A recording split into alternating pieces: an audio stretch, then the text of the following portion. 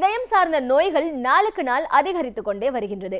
இதனால் குழந்தைகள் முதல் பெரியவர்கள் அனைவருமே பாதிப்புக்குள்ளாகின்றார்கள். இவற்றிலிருந்து நாம் எவ்வாறு நம் இதயத்தை பாதுகாத்துக் கொள்ளலாம் என்பதை பற்றி நம்மிடையே பகிர்ந்து கொள்ள வருகிறார் இதய நிபுணர் டாக்டர் சொக்கலிங்கம் அவர்கள். நம் விடியலை வா நிகழ்ச்சியின் அடுத்த பகுதியாக வரவிருப்பது பல்லாண்டு வாழ்ந்திட.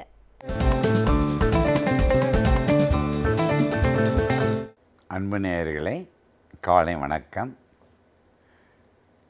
போன வாரம் நான் ஆக்சிடேட்டிவ் ஸ்ட்ரெஸ் பற்றி பேசிகிட்டு இருந்தேன். அதுக்கு முந்தின வாரமில்ல பர்சனாலிட்டிஸ் தனித்தன்மையான ஏசிடிஎல்லாம் பற்றி பேசினேன். அதெல்லாம் உடைய விளைவுகள் பற்றி இந்த வாரம் நான் விளக்கமாக சொல்லணுன்னு பார்க்குறேன். இப்போ அந்த தெரிஞ்சுக்கிட்டு இருந்த பேக்ரவுண்டில் இப்போ நீங்கள் இப்போ நான் பேசுகிறப்பதில் உங்களுக்கு இன்னும் சுலபமாக புரியணும்னு நினைக்கிறேன். புரியும், எனக்கு நம்பிக்கை அதிகம் உண்டு. நிறைய பேர் அதுக்கு முந்தி என்னடா சொக்கலிங்க இந்த கையில் ஒரு ஸ்டிக்கை வச்சுருக்கீங்களே நிறைய பேர் கேட்குறாங்க. இதில் ஒன்றும் கிடையாது. இந்த 50 வருடமாக நான் பேராசிரியராக இருந்து பழக்கமாகும்பொழுது கிளாஸ் ரூமில் எடுத்து ஸ்டிக் யூஸ் பண்ணி சொல்லிக் கொடுத்ததுனால அந்த பழக்கத்தில் இதே பழக்கம் வச்சுருக்கேன். ஒரு நண்பர் கேட்டார், சார் அந்த ஸ்டிக்கு எங்கே சார் கிடைக்கும், நானும் வச்சுக்கிட்டேன், நல்லதான், உங்களுக்கு தேவையில்லை. ஒரு பெண்மணி கூட காலேஜ் ஸ்டூடெண்ட்ஸ், சார் அந்த ஸ்டிக்கை எடுத்துகிட்டு இன்றைக்கி பேச முடியுமானா, கட்டாயம் பேச முடியும், என் சௌகரியத்துக்காக வச்சிட்ருக்கேன், அவ்வளோதான். தவிர இதில் ஒன்றும் ரகசியமெல்லாம் ஒன்றும் கிடையாது. இதே நீங்கள் நீட் எக்ஸாமினேஷன் இதெல்லாம் எடுத்துகிட்டு போகிறதில் அலோவ் பண்ண மாட்டாங்க. ஏன்னா இதில் ஏதாவது நீங்கள் காப்பி அடிக்கிறதுக்கு பிட்டு தான் வச்சுட்டு போயிடுவீங்கன்ட்டு. அந்த கஷ்டமெல்லாம் சொக்கலிங்கத்துக்கு கிடையாது. நான் இந்த வாரம் மிக முக்கியமானதை சொல்ல போகிறேன். அந்த ஆக்சிடேட்டிவ் ஸ்ட்ரெஸ் என்ன பண்ண போது எப்படி உங்களுக்கு இதய நோயை உண்டு பண்ணுகின்றது என்று சொல்ல போகிறேன். உங்களுக்கெல்லாம் தெரியும், இதயோடைய இரத்த குழாய் 2 மில்லிமீட்டர் தான் அது. அந்த இதய இரத்த குழாய் ரைட் சைடில் 1, லெஃப்ட் சைடில் 2 இரத்த குழாய். லெஃப்ட் 2 டிவைட் பண்ணி ட்ரிபிள் வெசல் சொல்கிறோம். சரி, இந்த இதய இரத்த குழாய் 2லேருந்து 3 மில்லிமீட்டர் கிராஸ் செக்ஷன், அது கொஞ்சம் தூரம் தான் இருக்குது. அதுக்கப்புறம் பார்த்திங்கன்னா முடியை விட சின்னதாக இதயத்துக்கு லட்சக்கணக்கான பிரான்ச்சஸாக போய் இதய தசைகளுக்கு சப்ளை பண்ணுது. அது பேர் மைக்ரோ சர்க்குலேஷன் பேர்.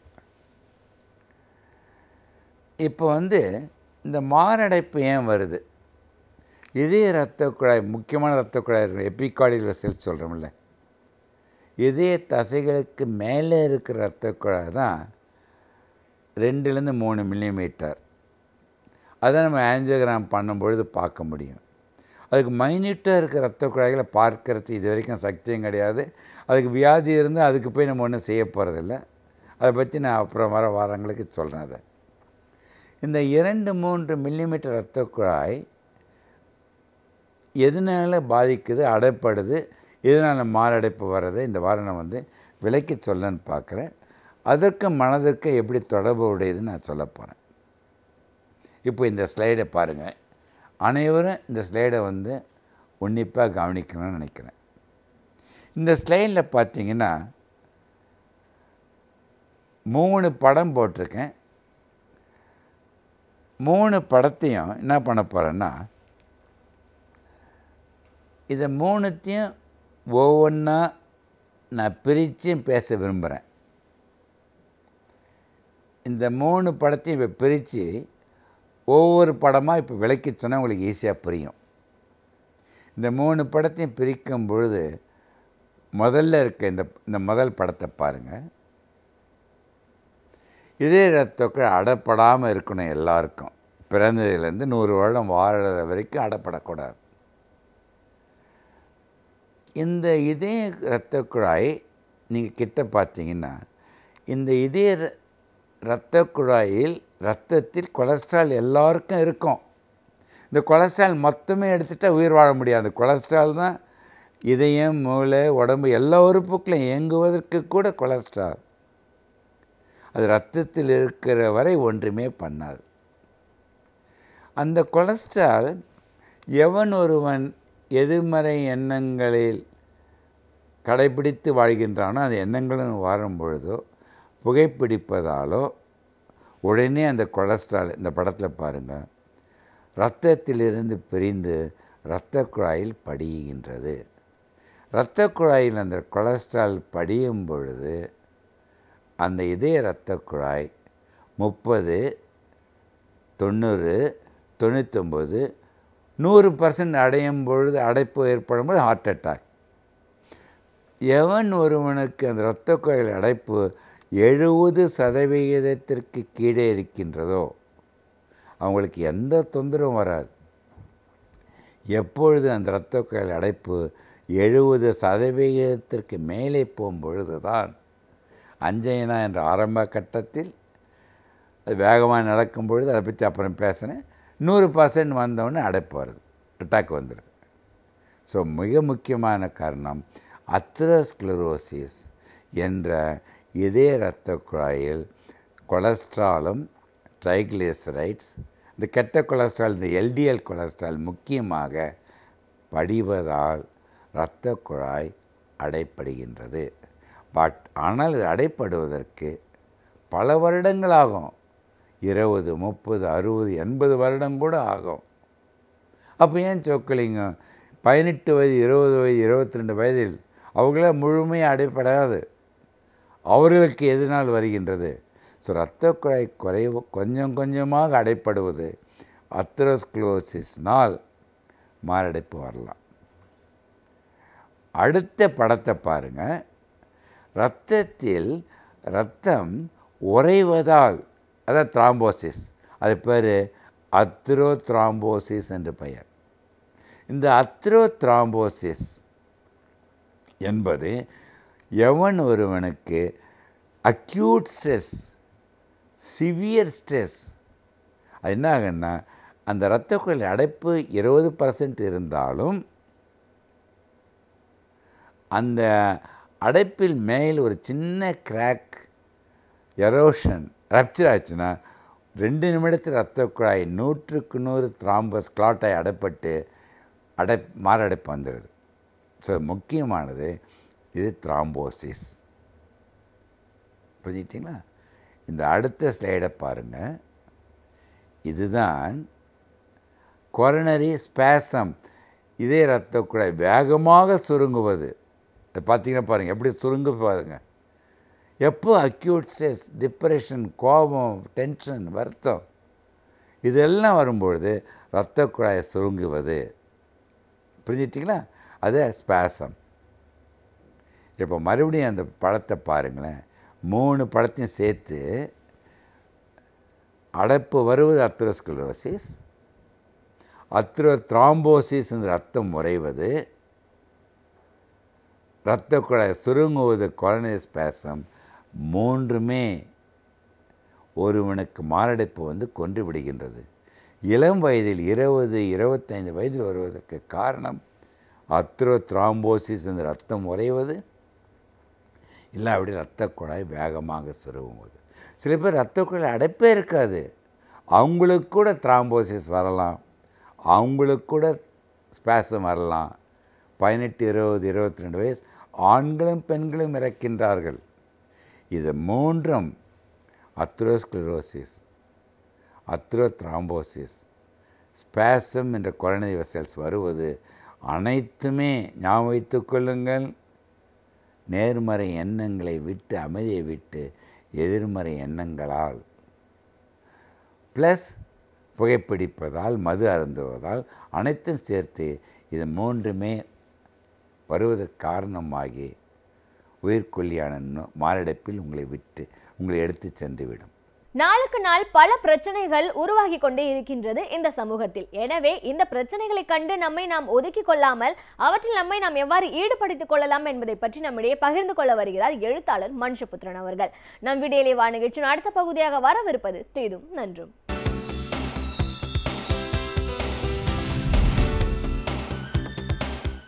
வணக்கம் நண்பர்களே. இன்னும் ஒரு இனிய காலை பொழுதில் தீதும் நன்றும் நிகழ்ச்சியில் உங்களை சந்திப்பதில் மிக்க மகிழ்ச்சி அடைகிறேன். கடந்த 2 நாட்களாக நாம் இந்த ஆண் பெண் உறவுகள் சார்ந்த விஷயங்கள், முக்கியமாக பாலியல் குற்றங்கள் சார்ந்து நாம் முக்கியமான பல விஷயங்களை பேசி வந்தோம். அதில் இன்னொரு பரிமாணம் என்பது இந்த காதல், நட்பு போன்ற விஷயங்கள் எப்படி குற்றமாக மாறுகின்றன, குற்றச்செயலாக மாறுகின்றன, என்பதை பற்றி தொடர்ச்சியாக பல செய்திகள் வருகின்றன. இவற்றை நாம் வெளிப்படையாக நாம் பேசுவதை தவிர நமக்கு வேறு வழி இல்லை. ஏனென்று கேட்டால் பல சமயங்களில் இப்படி நடக்கக்கூடிய குற்றங்கள், அதுவும் மிகவும் இளம் வயதில் நடக்கக்கூடிய இந்த குற்றங்கள் என்பது நமக்கு மிகவும் அதிர்ச்சி ஊட்டக்கூடியதாக இருக்கிறது. பொதுவாக பெண்களை தாக்குவது, பெண்களை கொலை செய்வது, அதாவது காதலை ஏற்க மறுத்த அல்லது காதலில் ஒரு முறிவு வந்துவிட்டால் அந்த பெண்களின் முகத்தில் ஆசிட் ஊற்றுவது, கொலை செய்வது, இந்த சம்பவங்கள் எல்லாம் தமிழ்நாட்டிற்கு புதிதல்ல. தொடர்ச்சியாகவே நடந்து கொண்டே இருக்கின்றன. நம்ம செய்திகளாக அவற்றை நாம் கடந்து சென்று விடுகிறோம். ஆனால் உண்மையிலேயே என்னதான் நடந்து கொண்டிருக்கிறது? நம்முடைய இளைஞர்களிடையே இதை பற்றிய என்ன புரிதல் இருக்கிறது? ஏன் இவ்வளவு உணர்ச்சிகரமான குற்றங்கள் இவ்வளவு அதிகரித்து வர வேண்டியதனுடைய அவசியம் என்ன என்கிற போது, பொதுவாக பழமைவாதிகள் என்ன சொல்வார்கள் என்று கேட்டால், இதெல்லாம் ஒரு நம்முடைய கலாச்சாரம் கெட்டுவிட்டது, பண்பாடு கெட்டுவிட்டது என்று புலம்புவார்கள். நிச்சயமாக இல்லை. இதற்கு பின்னால் வேறு பல ஆழமான சமூக காரணங்கள் இருக்கின்றன. உலகளாவிய பல மாற்றங்களின் காரணமாக ஏற்பட்ட தவிர்க்க முடியாத விளைவுகள் இருக்கின்றன. ஆனால் அவற்றையெல்லாம் எப்படி எதிர்கொள்வது என்பதுதான் மிக மிக முக்கியமான ஒரு விஷயமாக நான் நினைக்கிறேன். சமீபத்தில் நான் சென்னை மெரினா கடற்கரையில் மாலை 7 மணி இருக்கும். அப்பொழுது அமர்ந்திருந்த போது, அன்று ஒரு கூட்டம் மிகவும் குறைவாக இருந்த ஒரு நாள். அப்படி நான் அமர்ந்திருந்த போது அங்கே சில நண்பர்கள், அதாவது 2 பெண்கள் 2 ஆண்கள் அங்கே வருகிறார்கள். அவர்கள் பேசிக்கொண்டே நடந்து செல்கிறார்கள். அவர்களை பார்த்ததும் நன்றாக தெரிகிறது அவர்கள் கல்லூரியில் படிக்கக்கூடிய மாணவ மாணவிகள் என்று. ஏனென்றால் அதற்குரிய அந்த புத்தக பைகளை அவர்கள் அணிந்திருந்த ஒரு காட்சியை பார்க்க முடிந்தது. அவர்கள் பேசிக்கொண்டே சென்றிருக்கிற போது அவர்களுடைய என்ன பேச்சுவார்த்தை நடந்தது என்று தெரியவில்லை. அந்த ஒரு இளைஞன் ஒரு பெண்ணை தடாரென பிடித்து கீழே தள்ளுகிறான் சாலையில். தள்ளியதோடு மட்டுமல்லாமல் காலால் மிக கோபத்தோடு எட்டி உதைக்கிறான். உதைத்ததோடு மிக மோசமான வார்த்தைகளால் திட்டியபடி அந்த பெண்ணினுடைய தலைமுடியை பிடித்து அவளை இழுக்கிற காட்சியை நேரடியாக கண்டபோது நான் அதிர்ந்து போனேன். உடனே கடற்கரையில் ஆங்காங்கு இருந்தவர்கள் அங்கு ஓடி வந்து அவர்களை அதட்டி மிரட்டி, உங்கள் தனிப்பட்ட பிரச்சனைகளை எல்லாம் பொது இடத்தில் வைத்து கொள்ளாதீர்கள் என்று சொல்லி அனுப்புகிற காட்சியை நான் பார்த்து கொண்டிருந்தேன். இது எப்படி ஒரு தனிப்பட்ட பிரச்சனையா, பொது பிரச்சனையா என்று நாம் அளவிடுவது? ஆனால் நிச்சயமாக அந்த காட்சியை பார்க்கிற போது ஒன்று தெரிகிறது. அந்த இளைஞனுக்கும் அந்த பெண்ணுக்கும் இடையே ஏதோ அவர்களுக்குள் ஒரு நட்போ அல்லது ஒரு காதலோ ஒரு நெருக்கமோ இருந்திருக்கிறது. அதன் காரணமாக ஏற்பட்ட ஒரு பிரச்சனையில் பொது இடத்தில் அந்த பெண்ணை தாக்குவதை பற்றி கூட அவருக்கு எந்த விதமான தயக்கமும் இல்லை. அந்த இளைஞன் மிகவும் மோசமான முறையில் அந்த பெண்ணை நடத்துவதை பார்க்கிற போது தான் இன்றைக்கு இளைஞர்களிடையே அதிகரித்து வரக்கூடிய இந்த மனச்சிக்கல் என்பது எவ்வளோ ஆழமானது என்பதை புரிந்து கொள்ள முடிகிறது. அப்படி பார்க்கிற போது இப்போ சமீபத்தில் ஒரு பத்திரிகைகளில் வந்த ஒரு செய்தி என்பது மிகவும் அதிர்ச்சியூட்டக்கூடியதாக இருந்தது. ஒரு பெண், ஒரு மருத்துவ மாணவி, அவருக்கு ஒரு இளைஞருடன் ஒரு நட்பு இருக்கிறது. அவர் ஒரு பொறியியல் படிக்கக்கூடிய ஒரு மாணவர். அந்த பெண் என்ன செய்கிறார் என்று சொன்னால், மருத்துவம் படிப்பதற்காக ஜார்ஜியா நாட்டிற்கு செல்கிறார். அங்கு ஜார்ஜியா நாட்டிற்கு சென்று அவர் அங்கு சில காலம் படித்த பிறகு இங்கு திரும்பி வந்து இந்தியாவிலேயே படிக்க வேண்டும் என்று விரும்புகிறார். ஆனால் அவர் இங்கு இருக்கிற போதே அந்த இளைஞருடன் அவருக்கு ஒரு நல்ல நட்பு இருக்கிறது. அதோடு ஜார்ஜியா சென்ற பிறகும் கூட மொபைல் வழியாக, வாட்ஸ்அப் வழியாக அவர் தொடர்ச்சியாக அந்த இளைஞர் அந்த பெண்ணுடன் தொடர்ந்து பரிமாற்றங்கள் செய்து கொண்டே இருக்கிறார். அந்த பெண் இங்கு வந்த பிறகு அவர் நீட் தேர்வு எழுதுவதற்காக அவர் பயிற்சி மையத்தில் சேர்ந்து படிக்க வேண்டியிருந்ததால் திருமங்கலத்தில் உள்ள ஒரு பயிற்சி மையத்தில் சேர்ந்து அந்த பெண் அங்கே தங்கியிருந்து இந்த நீட் தேர்வுக்கான தயாரிப்புகளை செய்து வந்தார். அப்படிப்பட்ட ஒரு சூழ்நிலையில் அந்த இளைஞர் அங்கும் சென்று விடாமல் அந்த பெண்ணை துன்புறுத்தி இருக்கிறார். முக்கியமாக தன்னை காதலிக்கும்படியும் பத்திரிகைகள் வந்திருக்கக்கூடிய அந்த வெர்ஷன் படி தன்னுடன் மிகவும் இணக்கமாக இருக்கும்படி அவர் வற்புறுத்தி இருக்கிறார் என்றும், அதற்கு அந்த பெண் மறுத்ததனால் இடைவிடாமல் தொந்தரவு செய்திருக்கிறார் என்றும் அந்த செய்தி என்பது சுட்டிக்காட்டுகிறது. அப்படிப்பட்ட ஒரு சூழ்நிலையில் அந்த பெண் கடைசியாக தொடர்ந்து அவருடைய அழைப்புகளை மறுத்து வந்த சூழ்நிலையில் ஒரு செய்தி அனுப்புகிறார். அது என்ன செய்தி என்று சொன்னால், ஒரு குறுஞ்செய்தி அனுப்புகிறார். கடைசியாக ஒரு முறை உன்னை பார்த்து பேசிவிட்டு போய்விடுகிறேன், இனிமேல் உன்னை தொந்தரவு செய்ய மாட்டேன் என்று. அதை நம்பி அந்த பெண் அந்த விடுதியிலிருந்து வெளியே வருகிறார். அப்படி அந்த பெண் அந்த விடுதி வந்தபோது தன்னுடைய நண்பருடன் ஒரு காரில் காத்திருக்கிறார். அந்த பெண் அவர் அருகில் வந்ததும் அந்த பெண்ணை பலவந்தமாக காரில் தள்ளி ஏற்றிக்கொண்டு அவர்கள் வேறு எங்கோ அந்த பெண்ணை கொண்டு சென்று இருவருமாக அந்த பெண்ணை பாலியல் பலாத்காரம் செய்கிறார்கள். மிக கொடூரமான, நினைத்து பார்க்க அஞ்சக்கூடிய ஒரு சூழலுக்கு. அப்படி இருவரும் அந்த பெண்ணை பாலியல் பலாத்காரம் செய்த பிறகு அவரை அங்கு ஒரு நடுரோட்டில் நடமாட்டம் இல்லாத இடத்தில் இறக்கிவிட்டு போய்விடுகிறார்கள். அவர்கள் நினைத்தது என்னவென்று சொன்னால், இந்த பெண் அந்த விஷயத்தை உண்மையில் வெளியே சொல்ல மாட்டார் என்பதுதான் அவர்கள் நினைத்த ஒரு விஷயம். ஆனால் உண்மையில் அந்த பெண் தன்னுடைய பெற்றோரிடம் போய் இதை அழுது கொண்டே சொன்னதும் அவர்கள் காவல் நிலையத்தில் புகார் செய்கிறார்கள். அந்த இளைஞர்கள் கைது செய்யப்பட்டிருக்கிறார்கள். இதில் முக்கியமாக நாம் கவனிக்க வேண்டிய விஷயம் என்னவென்று சொன்னால், பொதுவாக இது போன்ற ஒரு ஆண் பெண் உறவுகளில் ஒரு நட்பை ஒரு பழக்கத்தை ஏற்றுக்கொள்கிற போது அந்த நபருடைய உளவியல் குறித்து மிகுந்த எச்சரிக்கையுடன் பெண்கள் இருக்க வேண்டும். ஒரு நட்பு கொள்வதோ காதல் கொள்வதோ தவறில்லை, ஆனால் அந்த மனிதர் உளவியல் ரீதியான சிக்கல்களை கொண்டவரா என்பதை பார்க்க வேண்டும். இன்னொன்று, அது காதலிப்பவர்கள் ஆணாக இருந்தாலும் சரி பெண்ணாக இருந்தாலும் சரி, தவறான நம்பிக்கைகளை அல்லது தன்னால் கொடுக்க முடியாத கமிட்மெண்ட்ஸ் அதை பெரும்பாலும் கொடுக்காமல் ஒரு ஆரோக்கியமான நிலையில் அதை வைத்துக்கொள்வது நல்லது. என்றால் ஒரு முறை அப்படி ஒரு எமோஷனல் கமிட்மெண்ட் என்று சொல்லக்கூடிய அவர்களுடைய ஏதோ ஒரு வாழ்க்கை துணைவராக ஏற்றுக்கொள்வது போன்ற ஒரு வெளிப்பாட்டை ஏதோ ஒரு உணர்ச்சிகரமான ஒரு மனநிலையில் சொல்லிவிட்டால் கூட அதை பிடிவாதமாக பிடித்து கொண்டு தொங்கக்கூடிய பல இளைஞர்கள் இருக்கிறார்கள். ஆனால் கால மாற்றத்தால் பல சூழல்கள் மாறுகிற போது இந்த விஷயத்தில் அவர்களுக்கு ஒரு உணர்ச்சிபூர்வமாக சொன்ன பல விஷயங்களை நடைமுறைப்படுத்த முடியாமல் போகலாம். இதையெல்லாம் ஏற்றுக்கொள்கிற பக்குவமும் இளைஞர்களிடம் வேண்டும். அப்படி இருந்தால் மட்டும்தான் இந்த நட்பு காதல் என்பதற்கெல்லாம் ஒரு அர்த்தம் இருக்கும். இல்லாவிட்டால் இதுபோன்ற குற்றங்களை நம்மால் தடுக்க முடியாது. மீண்டும் இன்னும் ஒரு புதிய சிந்தனையோடு உங்களை சந்திக்கிறேன். நன்றி, வணக்கம். பல்வேறு துறைகளில் பல சாதனைகளை படைத்த வல்லுநர்கள் அவர்களுடைய அனுபவங்களை நம்முடன் பகிர்ந்து கொள்ளும் போது அது நமக்கு சிறந்த வழிகாட்டுதலாக அமைகின்றது. அந்த வகையில் இன்றைய சிறப்பு விருந்தினர் யார் என்பதை பற்றியும் அவர்கள் என்ன செய்திகளை நம்முடன் பகிர்ந்து கொள்ளப் போகிறார்கள் என்பதையும் பார்க்கலாம். நம் விடியலை வா நிகழ்ச்சியின் அடுத்த பகுதியாக வரவிருப்பது சிறப்பு விருந்தினர் பகுதி.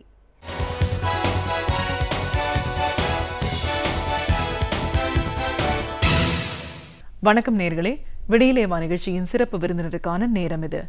இன்றைய சிறப்பு விருந்தினர் திமுக கழகத்தின் தொழிலாளர் அணி செயலாளர் திரு ரத்தின சபாபதி.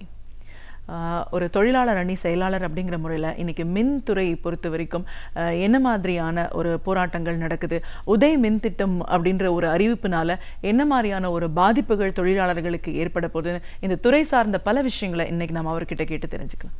வணக்கம் சார். திமுக கழகத்தின் தொழிலாளர் அணி செயலாளர் அப்படிங்கிற முறையில் முதல்ல எங்கள் நிகழ்ச்சிக்கு உங்களை நாங்கள் வரவேற்கிறோம் சார். நன்றி.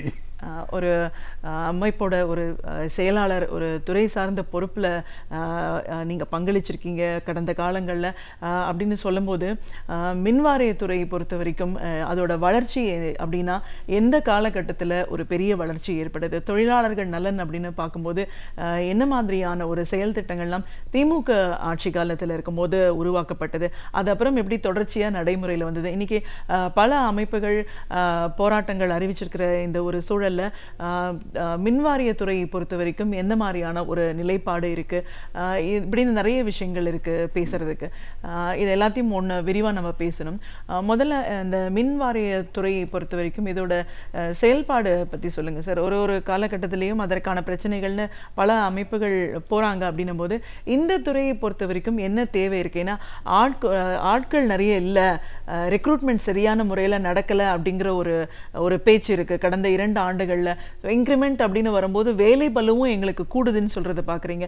அதனால அதுக்கு தகுந்த ஆட்கள் இல்லைங்கிற ஒரு பிரச்சனை இருக்குன்றாங்க. உண்மையிலேயே அந்த மாதிரியான ஒரு பிரச்சனைகள் தீவிரமா இருக்கா? நிச்சயமா இருக்கு. நீங்க கேட்பது சரியான கேள்வி. மின்சார வாரியம் என்பது சென்ற 1/7/1957 மின்சார அரசு லாக்காவாக இருந்ததை மாற்றி அமைத்து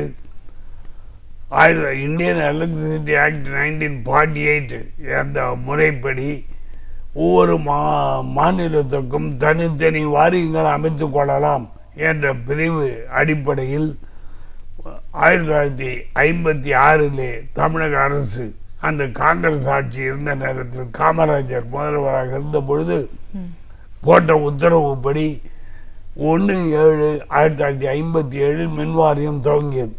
அது 2017 50 ஆண்டுகள் முடிந்து இப்போ 60வது ஆண்டில் 60 ஆண்டுகளும் முடித்து விட்டோம். ஆனால் ஆரம்ப காலத்தில் மின்வாரியம் துவக்கிய நேரத்தில் வெறும் 56 மெகாவாட் தான் மின்சார உற்பத்தியே. அன்னைக்கு 56 மெகாவாட் தான் தமிழகத்திற்கே. இன்னைக்கு இருக்கின்ற கன்சியூமருடைய எண்ணிக்கை 2,72,00,000 பேர். அன்னைக்கு 1/7/57 மிக சொற்பமாக சில ஆயிரங்கள் மட்டுமே. ஒரே ஒரு அனல் மின் நிலையம் அதுவும் நான் வேலை செய்த பேஸ்மெண்ட் மின் நிலையத்தில் 90 மெகாவாட் அனல் மின் நிலையம் மட்டுமே. தூத்துக்குடியோ, எண்ணூரோ, மேட்டூரோ, வடதண்ணியோ இவைகளெல்லாம் தோன்றாத காலம். அதற்கு பிறகுதான் அந்த மின்சார உற்பத்தி தேவை என்பதை காலப்போக்கில் உணர்ந்து அறிஞர் அண்ணா முதல்வராக 1967 பொறுப்பேற்றவுடன் 800 அனல் மின் நிலையம் என்ற ஒன்றை அங்கே துவங்குவதற்கு அடிக்கல் நாட்டினார்கள். 800 தலைவர் கலைஞர் முதல் யூனிட்டை துவக்கி அதை தொடர்ந்து உற்பத்தி ஏற்பட்டது. 450 மெகாவாட் அங்கே கலைஞர் 69, 76 வரை இருந்த காலகட்டத்தில் 450 மெகாவாட் என்பது 56 மெகாவாட் இருந்ததை 450 மெகாவாட் அதிகமாக உற்பத்தி பண்ணி 500 மெகாவாட் முதல்ல 76 வரையிலும் உற்பத்தி ஆகிறது. அதற்கு இடையில் நீர்மின் நிலையங்கள் காடம்பாறை, குந்தா இப்படிப்பட்ட இடங்களில் நீர்மின் நிலையங்கள் கட்டி அதிலிருந்து தண்ணியை தேக்கி வைத்து வருகின்ற நேரத்தில் மின் உற்பத்தியும் ஏற்பட்டது. அப்படி படிப்படியாக வளர்ந்து 76 வரை சிறப்பாக இருந்தது. அதன் பிறகு 77 எம்ஜிஆர் ஆட்சி துவங்கி 88 வரை அவர்கள் உற்பத்தி செய்தது புதிதாக என்று சொன்னால் எம்ஜிஆர் காலத்தில் ஒரு 2000 மெகாவாட் தான் அவர் இருந்த அந்த 10 வருஷ காலத்தில் உற்பத்தி ஆனது. அதன் பிறகு 89 மீண்டும் கலைஞர் முதல்வராக வந்த பிறகு ஒரு புதிய திட்டம் உருவாக்கி இன்று வடதணி அனல் நிலையத்தில் 830 மெகாவாட் உற்பத்தி ஆகிறது என்று சொன்னால் அதற்கு முதற் காரணம் கலைஞர் அவர்கள்தான். அவர்கள்தான் இந்த 800 உற்பத்தியை செய்வதற்கு எப்படி முயற்சி வெற்றி கண்டார்களோ அதே போல வடதணி அனல் நிலையத்தில் விஜி சந்தோஷம் என்பவர் ஒரு பெரிய தீவில் தனியாக சுற்றுலா வளர்ச்சியை நடத்தி கொண்டு வர்றவங்க தங்குவதற்காக இடத்தை பிடித்து வைத்துக் கொண்டிருந்தார். அவரை அழைத்து தன்னுடைய அறையிலேயே உமக்கு நான் வேறு இடம் தருகிறேன், அந்த இடத்தை எங்களுக்கு கொஞ்சம் விட்டு தாருங்கள் என்று கேட்டு அவரிடத்தில் பேசி அந்த இடத்தை பெற்று அவருக்கு தாம்பரம் பக்கத்தில் இடம் தந்தார்கள். அந்த இடத்திலே 3 யூனிட் 4 யூனிட் என்ற ஒரு யூனிட்டுக்கு 210 மெகாவாட், ஆகவே 830 மெகாவாட் உற்பத்தி செய்யக்கூடிய நிலைமைக்கு அங்கே திட்டங்கள் தீட்டப்பட்டு ஃபவுண்டேஷன் போட்டது கலைஞர்கள் முதல்வராக இருந்த நேரம் 1990. அதுக்கு அடிக்கல் நாட்டியவர் வெங்கட்ராமன் என்று பாரத பிரதமராக இருந்தார், ஜனாதிபதியாக இருந்தார். அவரை அழைத்து அந்த இடத்துல அடிக்கல் நாட்டினார். அதன் பிறகு உற்பத்தி தொடங்கி அங்கே 4 யூனிட்டுக்கும் இன்று உற்பத்தியாகி 630 மெகாவாட் என்று 3 யூனிட் 210 210 என்று 3 யூனிட் போட்டு அங்கே இயங்கி கொண்டிருக்கிறது. அதன் பிறகு எக்ஸ்டென்ஷன் கலைஞர்கள் மீண்டும் 89 91 ஆட்சியை கலைத்தார்கள். அதன் பிறகு 96 வந்த நேரத்தில் புதிய திட்டங்கள் நிறையாக வெளியிட்டு நல்ல உற்பத்திகளை அதே போல மேட்டூர் அனல் மின் நிலையத்திலே உற்பத்தி செய்வதற்கான நான் அங்கேயும் சரி செய்து அங்கும் 4 யூனிட் உற்பத்தி ஆகி கொண்டிருக்கிறது. தூத்துக்குடி அனல் மின் நிலையம் 4 யூனிட் அங்கும் போடப்பட்டு அங்கே 1050 மெகாவாட் மின் உற்பத்தி படிப்படியாக நம்முடைய ஆட்சியில் தொடங்குவோம். அடுத்த ஆட்சியில் அதை முடிக்க வேண்டும். சுறுசுறுப்பாக செஞ்சால் முடிக்கலாம், அதை முடித்திருக்கலாம்.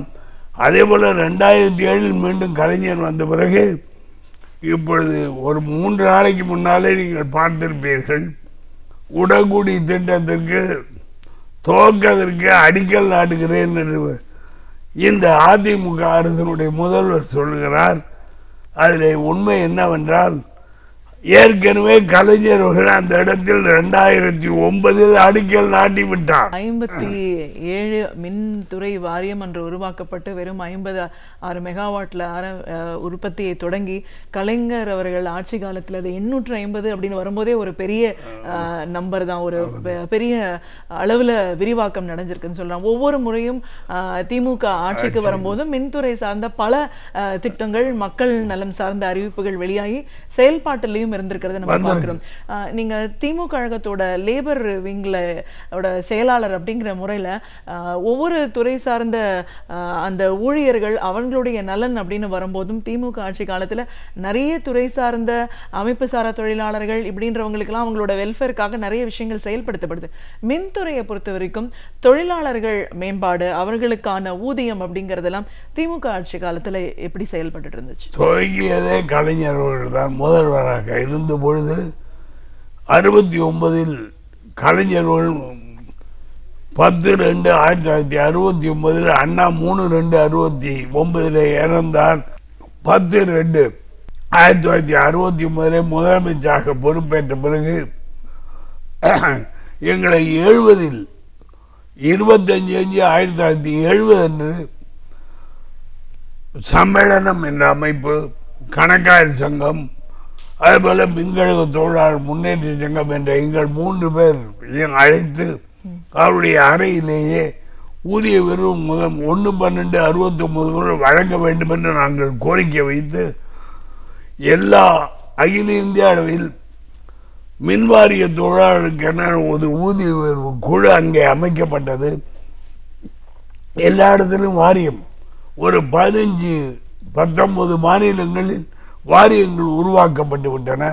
ஆகவே இந்த தொழிலாளர்களுக்கு ஊதிய உயர்வு, அரசு அலுவலராக இருந்த நாங்கள் பொதுத்துறை நிறுவனமாக மாற்றப்பட்ட பிறகு எங்களுக்கென்று ஊதிய குழு வேண்டும் என்று கேட்டு அதை அவர்கள் அடிப்படையாக ஆலோசனை செய்து அந்தந்த மாநிலத்தில் நீங்கள் குழுவை அமைத்து ஊதிய குழுவை பேசுங்கள் என்று சொன்ன கருத்தின் அடிப்படையில் கலைஞர் எங்களை அவர் அறைக்கு நாங்கள் அதிகாரிகளோடு பேசினோம்.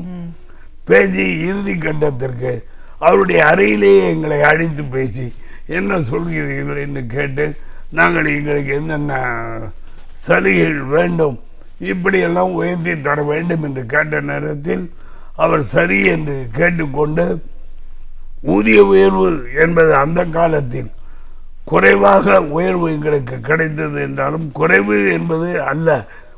முதலில் எடுத்து ஒரு 50 ரூபாய் மாதம் உயர்வு என்று சொன்னால் 1970, இன்னைக்கு 47-48 ஆண்டுகளுக்கு முன்னால் 50 ரூபாய் மதிப்பு இன்னைக்கு 5000 ரூபாய்க்கு சமம் என்று அதை தருகிறேன். அது மட்டுமல்ல, நாங்கள் எழுத்து பிரிவை சார்ந்தவர்களுக்கு பதவி உயர்வு தேக்க நிலை இருக்கிறது. ஆகவே 10 ஆண்டு பணி முடித்தவர்களுக்கு சிறப்பு நிலை பதவி என்று ஒரு 15% வேண்டும் என்று கேட்டோம். அதையும் ஏற்றுக்கொண்டு எங்களிடத்தில் கையெழுத்தை ஒப்பந்தம் போட்டு ஊதிய உயர்வு 1/12/69 முதல் வழங்கினார்கள். எங்களுக்கு 74 மீண்டும் இன்னொரு ஊதிய உயர்வு கொடுக்க வேண்டும். 74 ஆட்சி நடைபெற்று கொண்டிருக்கிறது. 75 ஜூன் மாதம் மத்திய அரசு அவசர நிலை பிரகடனப்படுத்திவிட்டது. ஆகவே அந்த சூழலில் மின்வாரிய பணிகளை செய்வதிலே அவர்கள் கலைஞர் அரசு ஈடுபட்டிருந்த காரணத்தினால் எங்களை அழைத்து பேச முடியவில்லை. அதன் பிறகு 6 மாதத்தில் 1976 ஜனவரி 31ஆம் தேதி என்று மீண்டும் எங்களுடைய ஆட்சி, கலைஞர் ஆட்சி கலைக்கப்பட்டு விட்டது. எங்களை அவர்கள் இந்திரா காந்தி அம்மையார் அவர்கள் கொண்டு வந்த அவசர நிலையை ஆதரியுங்கள், உங்களுக்கு ஓராண்டு எக்ஸ்டென்ஷனே தருகிறேன் என்று கலைஞரிடத்தில் தெரிவித்தாலும் தலைவர்களை ஏற்க முடியாது. ஜனநாயக கடமையை முறையாக செய்வதால் நான் ஏற்பேன், எனக்கு எக்ஸ்டென்ஷன் தேவையில்லை என்று தைரியமாக சொல்லி சட்டமன்றத்திலே அவசர நிலையை கண்டித்த காரணத்தினால் எங்களை 76 ஆட்சியை கழித்து வெளியிலே அனுப்பது மட்டுமல்ல, எங்கள் கழகத் தோழர்கள் அன்பிற்குரிய அன்று எம்பியாக இருந்த அண்ணன் மாறன், இன்று செயல் தலைவராக இருக்கிற தளபதி ஆகியோரை அவருக்கு திருமணமாகி 5 மாதம்தான் ஆன நிலையில் அரசு செய்து மத்திய சிறையை அடைத்தார்கள். அதிலே முன்னாள் மேயர் கூட ஒருவர் அங்கே இருந்து உயிரே அவர் அடிபட்டு சிட்டிபாபு என்பவர் சிறையிலேயே இறந்தார். இப்படிப்பட்ட கொடுமைகளை எல்லாம் திராவிட முன்னேற்ற கழகம் சந்தித்தது என்று சொன்னாலும் தலைவர் விடாமுயற்சியால் மீண்டும் ஆட்சியை பொறுப்பேற்று தொழிலாளருக்கு 31/7/1989 அரசு அலுவலர்களுக்கு பஞ்சப்படி என்பது வேறு, மின்வாரிய தொழிலாளருக்கு தொழிற்சங்க சட்டப்படி பாயிண்ட் சட்டத்திலே பஞ்சப்படி கொடுப்பார்கள். ஆகவே எங்களுக்கு அந்த பஞ்சப்படி வேண்டும் என்று நாங்கள் ஊதிய உயர்வுகளை வைத்த நேரத்தில் தலைவர்கள் அது சரி அதிகாரிகளுக்கு கொடுக்கிற நேரத்தில் உங்களுக்கும் கொடுக்க வேண்டிய நியாயமான கோரிக்கை தருகிறேன் என்று எங்களுக்கு தந்தார்கள். பஞ்சப்படியை முதலில் அரசோடு ஒப்பிட்டு தந்தவர் கலைஞர். அது பெரிய சாதனை. அது மட்டுமல்ல, போனஸ் இன்று 20% வாங்குகிறோம் என்று சொன்னால் அது 20% போனஸ் அல்ல, 8.33% தான் போனஸ். மீதி 11.67 என்பது கருணத்தையாக கலைஞர் இந்தியாவில் எந்த மாநிலத்திலும் எந்த முதல்வரும் வழங்காத சலுகையை எங்களுக்கு வழங்கினார். 4% இருந்த நேரத்தில் 1% உயர்த்தி கொடுத்து கருணத்தைன்னு ஆரம்பித்து படிப்படியாக உயர்ந்து 1998 20% 11.67% ஊதிய உயர்வை போனஸை 8.3 சேர்த்து 20% என்றால் 8,400 ரூபாய் 3,500 கணக்கை வைத்து அன்று வழங்கினார்கள். அதை பெற்று வந்தோம். 2001 ஆட்சி பொறுப்பேற்றிய ஜெயலலிதா அவர்கள் எங்களுக்கு கொடுத்த போனஸ் 11.67 கொடுக்க மாட்டேன் என்று ரத்து செய்து அவள் மின்வாரிய தொழிலாளி அதே போல போக்குவரத்து தொழிலாளி நாங்கள் தான் மேஜராக இருக்கிறவர்கள் எங்களுக்கு இல்லை என்று நிறுத்தினவுடன் மிகப்பெரிய போராட்டத்தை நடத்தினோம். 1 மாதம் போராட்டம் நடைபெற்றது. நாங்களும் 2-3 நாள் உண்ணாவிரதம் அனைத்து சங்கங்களும் இருந்தோம். அது அந்த ஓராண்டு 2001ஆம் ஆண்டு நிறுத்தியதுதான். 2002 இருந்து தான் அந்த அம்மையாரே மீண்டும் கலைஞர் கொடுத்ததை போல கொடுத்தார். ஆகவே போனஸ் இன்று 8,400 வாங்குறோமே, அது 16,800ஆக இங்கே தமிழகத்தில் உள்ள மின்வாரிய தொழிலாளி போக்குவரத்து தொழிலாளி கிடைக்குது என்று சொன்னால் கலைஞர் செய்த அந்த சாதனை. இந்த ஆட்சி காங்கிரஸ் ஆட்சி இருந்த நேரத்திலே காங்கிரஸ் கட்சியினுடைய தொழிற்சங்க தலைவர் சஞ்சீவ் ரெட்டி அவர்கள் தலைமையில் அனைத்து மத்திய தொழிற்சங்களும் போராட்டம். அதன் பிறகு மோடி அரசு வந்து விட்டது. அது தொடர்ச்சியாக போராடி சென்ற ஆண்டுதான் இந்த 16.833 என்பது முழுமையாக 3,500 சம்பளத்தினை கணக்கில் எடுத்துக்கொள்வதற்கு பதிலாக 7,000 ரூபாய் 10,000 ரூபாய் வாங்கினாலும் 7,000 ரூபாய் என்ற கணக்கு போட்டு 8.33 அது ஒப்பிட்டு அந்த 11.67 இணைத்து நமக்குத்தான் 16,800. வேறு எந்த மாநிலத்திலும் மோடி அரசு மாற்றினாலும் அவர்கள் வாங்குகிறது அங்கே 10,000க்குள்ளதான். நம்மளை போல இந்தியாவை போல என் கேரள மாநிலம் கம்யூனிஸ்ட் ஆளுகின்ற மாநிலத்திலும் அதேதான் கதி. நம்மை போல கருணை தொகையை எங்குமே வழங்கப்படவில்லை.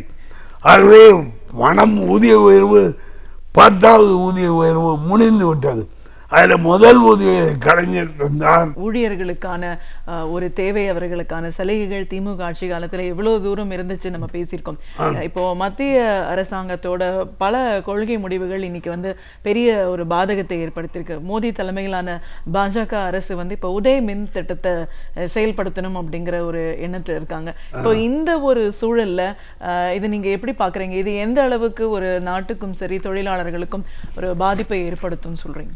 கண்டிப்பாக பொதுத்துறை நிறுவனங்களை மோடி அரசு ஊக்கப்படுத்துவதாக தெரியவில்லை.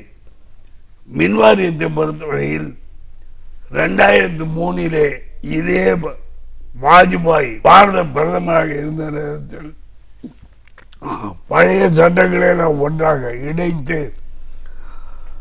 எலக்ட்ரிசிட்டி ஆக்ட் 2003 என்று கொண்டு வந்தார். அந்த ஆக்டில் பல்வேறு திட்ட பாரதர்கள், தனியார் மின் உற்பத்திக்கு ஊக்கம், இதெல்லாம் அன்றே செய்யப்பட்டு விட்டது. இன்று கூட இந்தியாவில் மின் உற்பத்தியில் 40% மின் உற்பத்தி தனியாரால் உற்பத்தி செய்யப்படுகிறது. 60% தான் இருக்கின்ற 32 மாநிலத்திலும் மின் உற்பத்தி செய்யப்படுகிறது. தமிழகத்தை பொறுத்தவரையிலே கூட மின்சார பற்றாக்குறை இருந்த நேரத்தில் தனியார் இடத்தில் அதிக பணம் கொடுத்து மின்சாரத்தை வாங்கி இருக்கிறோம். இன்று இந்த ஆட்சியில கூட போன வருஷம் மின்சாரம் வாங்கியது எவ்வளவு என்றால் 36,000 கோடி. மொத்த வருமானம் எவ்வளவு என்றால் 55,000 கோடி. அதில் 36,000 கோடியை தனியார் இடத்திலே மின்சாரம் வாங்கியதற்கு தந்து விட்டால் பாக்கி 19,000 கோடியில் அட்மினிஸ்ட்ரேஷன் ஒர்க், கறி வாங்குவது, எண்ணெய் வாங்குவது, அந்த தெர்மல் ஸ்டேஷனை மெயின்டைன் பண்ணுவதற்கு, இப்படி பார்ப்பீர்களே நட்சத்திலே ஓடிக்கொண்டிருக்கும். இவர்கள் மேலும் நட்டமடைவதற்காகத்தான் இந்த உதய திட்டம் என்பதை கொண்டு வந்து இப்பொழுது டிஸ்ட்ரிபியூஷன் ஜெனரேஷன் என்று ஒரு கம்பெனி உருவாக்கப்பட்டிருக்கிறது. மின் வாரியமாக இருந்ததை 2009 கம்பெனிகளாக பிரிக்கப்படும். அப்படி பிரித்தால்தான் நான் உதவி தருவேன் என்று மத்திய அரசு சொல்றது. ஆகவே இன்று 3 கம்பெனிகளாக பிரிக்கப்பட்டிருக்கிறது. மின்சார கம்பெனி, மின்சார மின் உற்பத்தி அண்ட் பகிர்மானம், இன்னொரு கம்பெனி டிரான்ஸ்மிஷன் கம்பெனி, கம்பி தொடர், இந்த சப்ஸ்டேஷன் அந்த கண்ட்ரோலில் வரும். அப்படி 3 கம்பெனிகளாக பிரிந்திருப்பதில் டிஸ்ட்ரிபியூஷன் அண்ட் மின் உற்பத்தி அண்ட் டிஸ்ட்ரிபியூஷன் இருப்பதில் டிஸ்ட்ரிபியூஷனை தனியார் விரும்பினால் கூட தமிழக அரசோ அல்லது அந்தந்த மாநிலமோ தனியார் விடலாம் என்று இப்ப சட்ட திருத்தம் கொண்டு வந்து அதை நிறைவேற்ற பார்லிமெண்டே போட்டிருக்காரு. பார்லிமெண்டே மெஜாரிட்டி இருந்த காரணத்தினால் லோக்சபாவில் தீர்மானம் நிறைவேற்றப்பட்டு விட்டது. மேல் சபைக்கு குழுவுக்கு அனுப்பி அந்த குழுவில் 20 மாநிலங்கள் எதிர்ப்பு தெரிவித்திருக்கின்றன. நம்முடைய தமிழகமும் எதிர்ப்பு தெரிவித்திருக்கிறது. அதை இப்ப சட்டமாக கொண்டு வருவதற்கு எதிர்ப்பு தெரிவித்தாலும் பாராளுமன்ற மேலவை ராஜ்யசபையில் வைத்து முடிவெடுப்பதற்காக முயற்சியில் ஈடுபடுகிறார்கள். இந்த பட்ஜெட் கூட்டத்தொடரிலேயே அதை கொண்டு வர முயற்சிக்கிறார்கள். அதை எதிர்த்து நாங்கள் போராட்டம் நடத்த இருக்கிறோம். தமிழ்நாடு இதற்கு முன்னாலேயே 8/12/2016 போராடினோம். கொச்சியிலே கூட போராட்டம் நடத்தினோம். அனைத்து சங்கங்களும் அதில் சிஐடி சங்கமும் சேர்ந்துதான் எங்களோடு எல்லாம் போராடினார்கள். இப்பொழுது பாராளுமன்றத்தில் அந்த சட்டம் நிறைவேற்றப்பட கொண்டு வருமையானால் பாராளுமன்றத்தை நோக்கி நாங்கள் செல்ல வேண்டும் என்ற தீர்மானம் கன்வென்ஷன் திருவனந்தபுரத்தில் எடுத்திருக்கிறோம். அப்படி நடக்குமே ஆனால் டெல்லி சென்று போராட்டம் நடத்தவும் நாங்கள் தயாராக இருக்கிறோம். ஏனென்றால் பொதுத்துறை நிறுவனம் தனியாரிடம் சென்றால் ஏழை எளிய மக்கள் பாதிக்கப்படுவார்கள். இப்பொழுது நீங்கள் வீட்டுக்கு உங்கள் வீட்டுக்கு ஒரு கரண்ட் பேர்டு கனெக்ஷன் என்றால் மின்வாரியம் என்றால் நீங்கள் சட்ட ரீதியாக கேட்டு உடனே பெறலாம். அதே தனியாரிடம் போனால் கம்பெனிக்காரன் கேட்டால் உடனே அவனுக்கு கொடுப்பான். உங்களுக்கு கொடுப்பதற்கு தடை விரும்பி உடனே ஏற்க மாட்டான். ஏனென்றால் வருமானம் கம்மியாக வரும். அவன் என்றால் ஆயிரக்கணக்கிலே அவனுக்கு வருமானம் வரும் என்பதற்காக தனியாரை ஊக்குவிப்பதற்கு இந்த மோடி அரசு முயற்சிக்கிறது. இப்போ நிறைய தொழிலாளர் சங்கங்கள் வந்து இப்போ போராட்டம் நடத்துகிறாங்க. வேலை ஊதிய உயர்வு அப்படின்னு கேட்குறத நம்ம பார்க்குறோம். அதற்கான பிரச்சனைகளை எல்லா சங்கங்களும் ஒருங்கிணைந்து செயல்படுது அப்படின்னு சொல்கிறோம். ஆனால் ஒரு சில அமைப்புகள் மட்டும் இந்த போராட்டத்துக்குள்ள கலந்து கொள்ளலை. இதற்கான காரணம் என்னன்னு தெரிஞ்சுக்கலாங்களா? மின்வாரியத்தில் ஏறத்தாழ 17 சங்கங்கள் இருக்கின்றன. அங்கீகரிக்கப்பட்ட சங்கம் 5 சங்கம். மத்திய அமைப்புகளோடு இணைந்த சங்கங்கள் என்ற முறையில் மேலும் 12 சங்கங்களை அழைத்து வாரியம் ஒரு 10-15 ஆண்டுகளாக தொடர்ந்து ஊதிய உயர்வாக இருந்தாலும் சரி, வாரியத்தில் எந்த முறையை நடைமுறைப்படுத்துவது என்னென்ன ஆலோசனை கேட்பதும் எல்லா சங்கங்களையும் அழைப்பார்கள். அப்படி அழைக்கப் போவதற்கு முன்பு எஸ்சி கிட்டன் என்ற சீனியர் லீடர் ஒருவர் இருந்தார். அவர் இறந்து போய்விட்டார். அவர் இறந்து 10 ஆண்டுகளுக்கு மேல் ஆகிவிட்டன. அதை அடுத்த தலைமுறை என்று சொன்னால் அன்று அவரோடு சேர்ந்து தொழிற்சங்கத்தை துவக்கி வந்தான். 23/2/1958 திமுகவுக்கு தொழிற்சங்க பிரிவு கிடையாது. அன்று அவரும் ஒரு சங்கத்தை தொடங்க வேண்டும் என்று கம்யூனிஸ்ட் மைண்ட் உள்ளவர். ஆனால் கம்யூனிஸ்டுக்காக நேரடியாக ஈடுபாட்டில் அவர் இறங்க மாட்டார். அவர் என்னை கேட்டு நான் அவரும் சேர்ந்து துவக்கிய சங்கம் சம்மேளனம் என்பது. அவர் நீண்ட காலம் மின்வாரியத்தில் வேலை செய்யவில்லை என்றாலும் தொழிலாளருக்காக பாடுபட்ட ஒரு தலைவர். அவர் இறந்த பிறகு என்னுடைய நீண்ட அனுபவத்தை வைத்து இந்த 17 சங்கங்களில் 16 சங்கம் இன்று அதே சங்கத்தினுடைய பொதுச் செயலாளர் உள்பட சம்மேளன பொதுச் செயலாளர் உள்பட என்னுடைய தலைமையிலே கூட்டங்களை நடத்தி சென்ற முறை 9/1/2016 ஒப்பந்தம் அதிமுக ஆட்சியில் போன்ற நேரத்தில் கூட நாங்கள் எல்லாம் கலந்து கொண்டோம், பேசினோம். அன்று சிஐடி சங்கம் வைத்த கோரிக்கை 50% ஊதிய உயர்வு 4 ஆண்டுக்கு. நான் வைத்த கோரிக்கை 25%. மற்ற சங்கங்களை 25, 30 என்று வைத்தார்கள். ஆனால் வேலைக்குழு எல்லாம் காரணம் காட்டி நாங்கள் சில பதவிகளை பெறுவதற்கு முயற்சித்தோம். கலைஞர் ஆட்சியில் எங்களுக்கு 640 சிறப்பு நிலை மூவர் பதவிகளை தந்தார்கள். அதே போல இன்னும் பல்வேறு இடங்களில் எல்லை போஸ்டும் வழங்கினார்கள். அதே போல திராவிட முன்னேற்ற கழகத்தில் 640 பதவிகள் தந்திருக்கார்கள். நீங்கள் தர வேண்டும் என்று நத்தம் விஸ்வநாதத்திலான கோரிக்கை வைத்த நேரத்தில் அவரும் 500 பதவியை தந்தார்.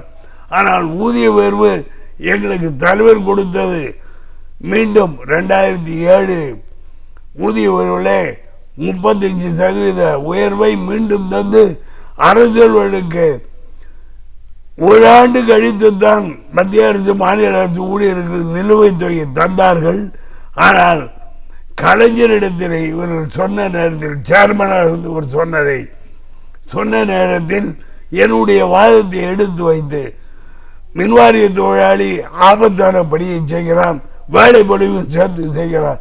ஆகவே நீங்கள் அதை ஒப்பிடாதீர்கள், எங்களுக்கு எந்த தீதோ அந்த தேதியிலிருந்து கொடுக்க வேண்டும் என்று கேட்டேன். தலைவர் அவர்கள் வீராசாமியை பார்த்து என்ன சபாபதி சொல்லுது சரியாகத்தானே இருக்கிறது என்று கேட்க, ஆமா ஐயா கொடுத்துட வேண்டியதான் இவன் சொல்ல உடனே கலைஞர்கள் உத்தரவு வழங்கினார். அது அகில இந்தியாவில் எந்த மாநிலத்திலும் இல்லை. கலைஞர்கள் அதை வழங்கினார்கள். அதெல்லாம் இன்று பெருமையாக இருக்கிறது. அதே போலவே இந்த முறையும் எங்களுக்கு ஊதிய உயர்வு 7வது ஊதிய உயர்வு 1/1/2016 16 வழங்கியது. அதை மாநில அரசு ஊழியர்களுக்கு 1/10/2017 இம்ப்ளிமெண்ட் பண்ணுறாங்க. மத்திய அரசு கொடுத்த தேதியை விட்டுட்டு இங்கே இருக்கின்ற எடப்பாடி அரசு அப்படி செய்கிறது. அதே போல் எங்களுக்கு 1/12/2015 ஊதிய உயர்வு 11வது ஊதிய உயர்வு வழங்க வேண்டும். அதை பேசிக்கொண்டே இருந்தோம். இதோ பாருங்கள், தமிழக அரசு இந்த உத்தரவை தமிழக அரசு மூலமாக வாரிய தலைவர் 2/17 தருகிறேன். ஆனால் அரியல் தருவது பண நெருக்கடி இருக்கிறது, அரசு ஒத்துக்கொள்ளவில்லை. நீங்களே பண்ண முடியுமானால் பண்ணிக்கொள்ளுங்கள், நாங்கள் பணம் தர இயலாது என்று சொல்லி இருக்கிறார்கள். ஆகவே என்ன செய்யலாம், பொறுத்திருங்கள் என்று சொன்னார். 2/17 தருவதற்கு வாரியம் ஏற்றுக்கொண்டு விட்டது, எழுத்துப்பூர்வமாக கொடுத்து விட்டது. இதெல்லாம் நாங்கள் பேசுவதற்கு முன்னால் ஒவ்வொரு முறையும் இந்த புத்தகத்திலே உங்கள் கையிலே கொடுத்திருக்கிறேனே, அந்த மினிட் புத்தகத்தில் 4 முறை பேசியதற்கும் என்னுடைய தலைமையில் நடந்த கூட்டத்தில் 16 சங்கங்கள் கலந்து கொண்டனர். இப்போது போராட்டத்துக்கு செல்கிறேன் என்று சொன்ன 3 சங்கம் அவர்களும் கலந்து கொண்டு ஏற்றுக்கொண்டிருக்கிறார்கள். மின்வாரியம் சிறப்பாக இயங்க வேண்டும், பொதுமக்களுக்கு சங்கடம் கொடுக்கக்கூடாது. ஆகவே நாங்கள் நேர்மையாக பேசி முடிப்போம் என்றுதான் இருக்கிறோம். அதற்காக அதிமுக ஆட்சி செய்கிறது அத்தனையும் நியாயமாக நடக்கிறது, நேர்மையாக நடக்கிறது என்று நான் சொல்ல மாட்டேன். அதிகாரிகளை பணி நிமிர்த்துவது, பணியிடம் மாற்றுவதிலே கூட லஞ்சம் தாண்டவம் ஆடிக்கொண்டிருக்கிறது. அதை அமைச்சரிடத்திலே நேரடியாக கோட்டியிலேயே 50 பேரை வைத்து சொல்லி இருக்கிறேன். திமுக கழகத்தின் தொழிலாளர் பிரிவு செயலாளர் அப்படிங்கிற முறையில் மின் வாரியத்துறை அப்படின்ற இந்த ஒரு வாரியம் எப்படி உருவாக்கப்பட்டது, யாரால் உருவாக்கப்பட்டது, ஒவ்வொரு முறை திமுக ஆட்சிக்கு வரும்போதும் இதன் விரிவாக்கம் எவ்வளோ சிறப்பாக செயல்பட்டுச்சு, அதே நேரத்தில் தொழிலாளர்கள் நலன் அப்படின்னு வரும்போதும் தலைவர் கலைஞர் அவர்கள் எந்த அளவுக்கு அக்கறையோடு அதை செயல்படுத்தி கொடுத்துருக்காங்க. மின்சாரம் அப்படிங்கிற இந்த துறையோட வளர்ச்சி, இதோட தேவை என்ன, மக்களோட அவசியம் கறிந்து இன்னைக்கு ஒவ்வொரு காலகட்டத்திலும் இது எப்படி செயல்பட்டு இருக்கு, மத்திய அரசாங்கத்தோட கொள்கை முடிவுகள்னால இது தனியார் வசம் போனா என்ன மாதிரியான ஒரு பாதிப்புகளை இது ஏற்படுத்தும்னு பல விஷயங்களை எங்களோட நீங்க பகிர்ந்ததுக்கு நன்றி. நாம் படிக்கும் புத்தகங்களில் இருந்தும் செய்தித்தாள்களில் இருந்தும் நாம் படிக்க தவறிய செய்திகளை நமக்கு சிறு சிறு தொகுப்புகளாக தொகுத்து நமக்கு அழகு தமிழில் வழங்க வருகிறார் பேராசிரியர் சுபவீர பாண்டியன் அவர்கள். இன்று அவர் என்ன தகவலை நம்முடன் பகிர்ந்து கொள்ள போகிறார் என்பதை பார்க்கலாம். நம் விடியலை வா நிகழ்ச்சியின் அடுத்த பகுதியாக வரவிருப்பது ஒன்றே சொல் நன்றே சொல்.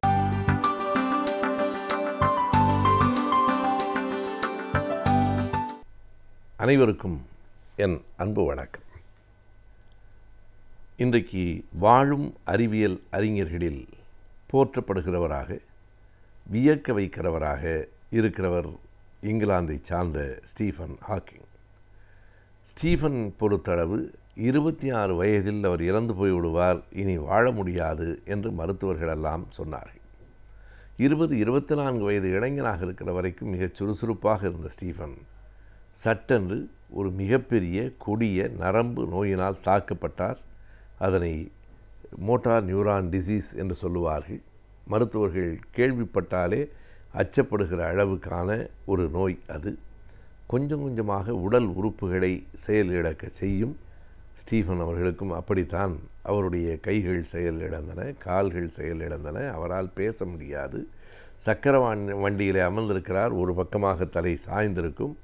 ஆனால் இத்தனை குறைபாடுகளுக்கு இடையிலும், உடல் நலிவுக்கு இடையிலும் அவரால் மிகப்பெரிய கண்டுபிடிப்புகளை உலகுக்கு தர முடிந்திருக்கிறது. இந்த கருந்துடைகள், பிளாக் ஹோல்ஸ் என்று சொல்கிறோமே, அவை வெடித்து சிதறித்தான் இந்த உலகம் வந்தது என்கிற தியரி, என்கிற கோட்பாட்டை அவர்தான் உலகுக்கு தந்திருக்கிறார். அவர் எழுதியிருக்கிற புத்தகங்களிலே ஒன்று a brief history of time என்பது. அது தமிழிலும் வெளிவந்திருக்கிறது, நலங்கிள்ளி மொழிபெயர்த்திருக்கிறார். அதற்கு மயில்சாமி அண்ணாதுரை அவர்கள் முன்னுரை எழுதியிருக்கிறார். காலம் ஒரு சுருக்கமான வரலாறு என்று தமிழில் அது வந்திருக்கிறது, a brief history of time என்பது. அந்த புத்தகத்திலே சொல்லப்பட்டிருக்கிற ஒரு செய்தியை நான் எண்ணி பார்க்கிறேன். அவர் எழுதுகிறார், நான் மக்களுக்கான அறிவியல் நூலை எழுத வேண்டும் என்று நினைத்தேன். அதன் விளைவுதான் இந்த புத்தகம் என்கிறார். ஒரு பெரிய விஞ்ஞானி, அவர் எழுதுவதை விஞ்ஞானிகளால் தான் புரிந்து கொள்ள முடியும் என்கிற நிலை இருக்கிறது. எனவே அறிவியல் உலகில் அடுத்தடுத்து என்ன ஆய்வுக் கட்டுரைகளை எழுத வேண்டும் என்கிற சிந்தனையிலிருந்து சற்று விலகி மக்களுக்கு இதனை எப்படி சொல்லலாம் என்று ஒருவர் எண்ணி பார்க்கிறார் என்றால் அதுவே ஒரு சமூக அக்கறையுள்ள விஞ்ஞானிக்கு ஒரு அடையாளமாக இருக்கிறது. இதனை நான் மக்களுக்காக எழுத வேண்டும் என்று நினைத்தேன். எதை எழுத வேண்டுமென்றால், இந்த உலகம், இந்த அண்டம், பேரண்டம், த யூனிவர்ஸ் என்பது எதன் அடிப்படையில் இயங்குகிறது? இரண்டே இரண்டு அடிப்படையிலே தான், த ஸ்பேஸ் அண்ட் டைம் என்று அவர் எழுதுகிறார். இந்த வெளியும் காலம், வெளி என்பது இடம் என்று நாம் ஒரு புரிதலுக்காக வைத்து கொள்ளலாம். காலமும் இடமும் தான் எல்லாவற்றையும் தீர்மானிக்கிறது. எனவே இந்த பரந்த வெளி இருக்கிறதே, அந்த வெளி, காலம், இது இரண்டையும் தான் நாம் கணக்கில் கொள்ள வேண்டும். இவை இரண்டும் தான் எல்லாவற்றையும் இந்த பேரண்டத்தில் தீர்மானிக்கின்றன என்று குறிப்பிடுகிறார். எனவே அந்த கதையை நாம் பார்க்கிற போது அந்த புத்தகத்தில் த ஸ்பேஸ் அண்ட் டைம் என்பதை வைத்துக்கொண்டு அவர் எழுதியிருக்கிற அந்த காலத்தினுடைய சுருக்கமான வரலாற்றை படிக்கிற வேளையில் இந்த இரண்டும் தான் அடிப்படை என்று சொல்லித்தான் காலம் பற்றிய விரிவாக அந்த நூலை எழுதுகிறார். என்ன நமக்கு மிகப்பெரிய வியப்பாக இருக்கிறது என்றால், ஸ்டீஃபன் ஹாக்கிங் சொன்னது 20ஆம் நூற்றாண்டில் 1942ஆம் ஆண்டு இங்கிலாந்திலே பிறந்தவர் அவர். ஆனால் இதை எப்படி 2300 ஆண்டுகளுக்கு முன்னால் தொல்காப்பியரும் 2000 ஆண்டுகளுக்கு முன்னால் வள்ளுவரும் சொல்லியிருக்கிறார்கள், அவர்களால் எப்படி சொல்ல முடிந்திருக்கிறது என்கிற வியப்பிலிருந்து விடுபடுவதற்கு நமக்கு சற்று நேரமாகிறது. தொல்காப்பியம் இப்படி கூறுகிறது. தொல்காப்பியத்தினுடைய பொருள் அதிகாரத்தில் அகத்திணை இயல் என்பதுதான் முதல் இயல். அந்த இயலின் 4வது நூற்பாவே என்ன சொல்லுகிறது என்றால், முதல் எனப்படுவது எது என்பதை விளக்குகிறது. அதாவது முதற்பொருள், கருப்பொருள், உரிப்பொருள் என்று 3 பொருள்களை தொல்காப்பியம் சொல்லும். முதலெனப்படுவது நிலம் பொழுதிரண்டின் இயல்பென மொழிவ என்கிறார் தொல்காப்பியர். இதிலே முதல் பொருள் என்பதென்ன? கருப்பொருள், அந்த நிலத்திலே வழங்கக்கூடிய உணவு வகைகள், அந்த நிலத்தில் வாடுகிற விலங்குகள், அந்த மக்கள் வணங்குகிற கடவுளர்கள், இவையெல்லாம் கருப்பொருள். உரிப்பொருள் என்பது வாழ்க்கை முறை. குறிஞ்சி மக்களினுடைய வாழ்க்கை முறை எப்படி இருக்கும், மருத நில மக்களின் வாழ்க்கை முறை எப்படி இருக்கும் என்று சொல்லுவது உரிப்பொருள். அந்த திணைக்கு உரிய பொருள். எது முதல் பொருள்? நிலமும் பொழுதும் என்பதுதான் முதல் பொருள் என்று அவர் சொல்லுகிறார். இப்போது நீங்கள் ஸ்டீஃபன் ஹாக்கிங் சொல்லுவதை மறுபடியும் எண்ணி பாருங்கள். ஸ்பேஸ் அண்ட் டைம் என்று 20ஆம் நூற்றாண்டு அறிவியலின் உச்சம் சொல்லுகிறது. 2300 ஆண்டுகளுக்கு முன்னால் தொல்காப்பியத்திலே அதனை முதற்பொருள் என்பது நிலம் பொழுதிரண்டின் இயல்பென மொழிவ என்று கூறுகிறார். எனவே நிலமும் பொழுதும் தான். இந்த நிலம் என்பது தான் ஸ்பேஸ் என்று நாம் எடுத்துக்கொள்ளலாம். நிலம் என்பதற்கு லேண்ட் என்று தான் பொருள் என்றாலும், நிலம் என்பதை வெளி என்று நாம் பார்த்தால் அந்த வெளியும் பொழுதும் தான் உலகை தீர்மானிக்கின்றன என்று 2300 ஆண்டுகளுக்கு முன்னால் தொல்காப்பியன் சொல்லியிருக்கிறானே, அது வியப்பாக இருக்கிறது. இந்த அகத்திணையில் தொடங்குகிற போதே 4வது நூற்பாவாக இதனை சொல்லிவிட்டுத்தான் தொல்காப்பியம் அடுத்த இடத்துக்கு வருகிறது. இதனை வள்ளுவரும் ஒரு குறளிலே சொல்லியிருக்கிறார். ஞாலம் கருதினும் கைகூடும், காலம் கருதி இடத்தார் செய்யும். நீ உலகத்தையே கூட வென்று விடலாம். எப்போது என்றால், 2 செயல்களை, 2 தளங்களை பற்றிய உன்னுடைய கவனம் மிகச் சரியாக இருக்க வேண்டும். காலம் கருதி இடத்தார் செய்யும். காலத்தை சரியாக நீங்கள் நோக்க வேண்டும், இடத்தையும் தேர்ந்தெடுக்க வேண்டும். இது 2ம் சரியாக இருந்தால் வெற்றி நம்முடையது தான். 2 பேருக்கு இடையில் சண்டை நடக்கிறது. யார் வெற்றி பெறுவார்கள் என்றால், அந்த சண்டை, அந்த யுத்தம் எங்கே நடக்கிறது என்பதும் ஒரு முக்கியமான செய்தி. நீங்கள் இதனை வள்ளுவன் இன்னொரு குறளிலேயும் சொல்லியிருக்கிறான். நீரில் போர் நடக்குமானால் முதலை வெல்லும், நிலத்தில் போர் நடக்குமானால் யானை வெல்லும். யானைக்கும் முதலைக்கும் இடையிலே யுத்தம் நடக்கிறது என்று வைத்துக்கொள்வோம். அது நீரிலே நடந்தால், ஏனெனில் முதலைகள் நீரிலும் வாழும் நிலத்திலும் வாழும். யானையால் நீரில் வாழ முடியாது. எனவே யுத்தம் நீரில் நடந்தால் முதலை தான் வெல்லும். நிலத்தில் நடந்தால் யானை அதனை தூக்கி போட்டு தன் காலால் மிதித்து விட முடியும். ஆகையினால் அதே குறிப்பிட்ட 2 பேருக்கும் இடையில் யுத்தம் நடந்தாலும் அந்த யுத்தம் எங்கே நடக்கிறது என்பது ஒரு செய்தி, எப்போது நடக்கிறது என்பது இன்னொரு செய்தி. அந்த ஆந்தை இருக்கிறதே, அது மிக பெரியது, வலிமையானது. காக்கைகள் பார்த்து அஞ்சும். ஆனால் அதே ஆந்தை பகலில் ஒரு மரத்தில் வந்து அமருமானால் காக்கைகள் அதனை கொத்தி விரட்டிவிடும்.